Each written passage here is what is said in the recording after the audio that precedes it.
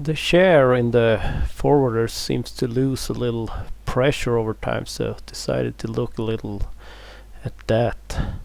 Every time you arrive at it, you have to pump it up from pretty much zero, and sounds like you have to top it up every now and then during the day also. Mainly my dad has been driving that. Tried to remove the rubber around it to see what was up in there. Had to loosen the armrests to get access to all the mounts for the rubber, and had to move a few other things around. Pumped it up to see what was hiding in there really. A big rubber bladder, a little pump, and a few other things. Brought out some soapy water and a small brush to start seeing if any bubbles would form anywhere, and worked around and tried to, well, test everything I could get my hands on. It's tight in there. Undid the control button to really get good access to that, but nothing could be found, so reinstalled. Couldn't find any air leaks. Checked the bladder itself, but nothing, so that will have to, maybe it's back through the pump or something. The plastic pins holding the rubber were removed to reinstall everything.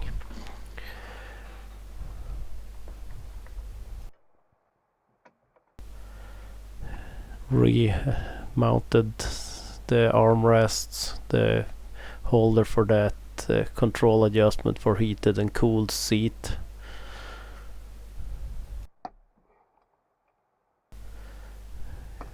Pushing in plastic pins. Realized there was another break in this coverage for the wiring up to the share, and tried sliding the protection I put on it earlier a little further up, but that was hard, so removed it altogether. Put some tape over the damaged section to hold that together, and then reinstalled the clamp, and then the like hydraulic hose cover, like wrapping it around the mount to secure it in place. Reconnected everything because I had given up on trying to, or couldn't find any problems, air leaks on the share itself. Reinstalled the cover for the wiring.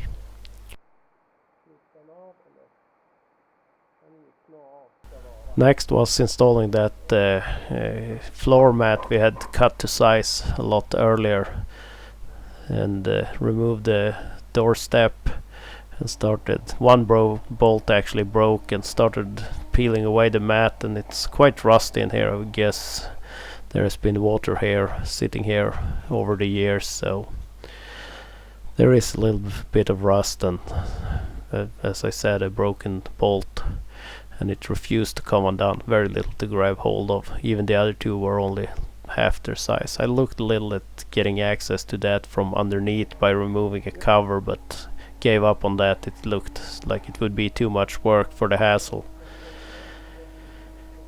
And then we decided to drill out all the holes and go up one size to a slightly larger bolt size.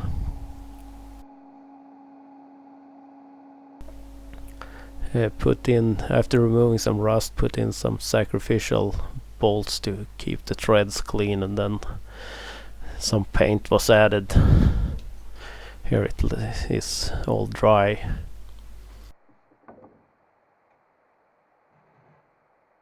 That rubber mat could be folded down, and then I did a good cleaning of the cab, trying to remove as much as possible from everywhere.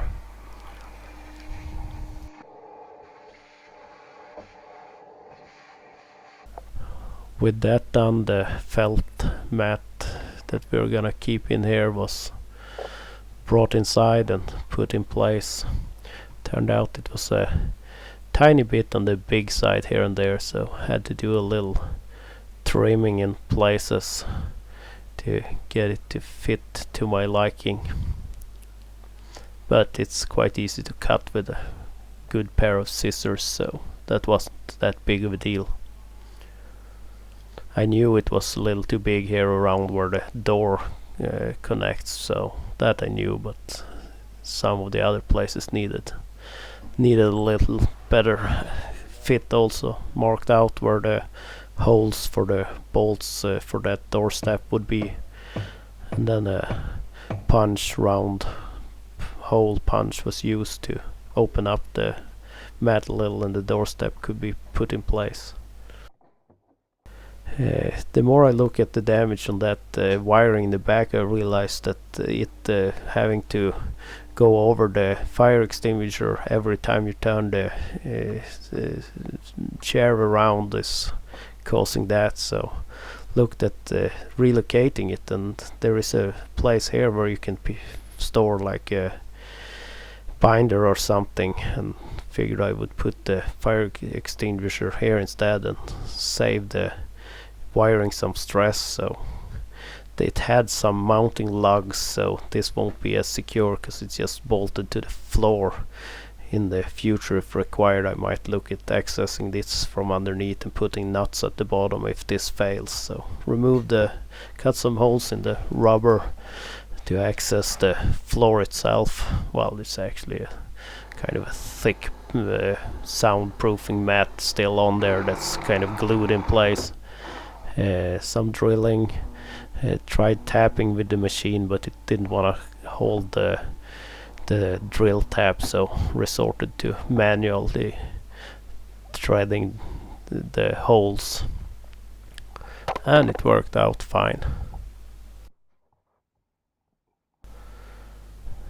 And once that was done, it was just a matter of bolting the fire extinguisher mount in place and then fitting it and folding the rubber mat back on. So now there will be no more outdoor shoes in the cab. I brought in a little plastic tray to put your outdoor shoes in, and we will use indoor shoes while operating this from now on.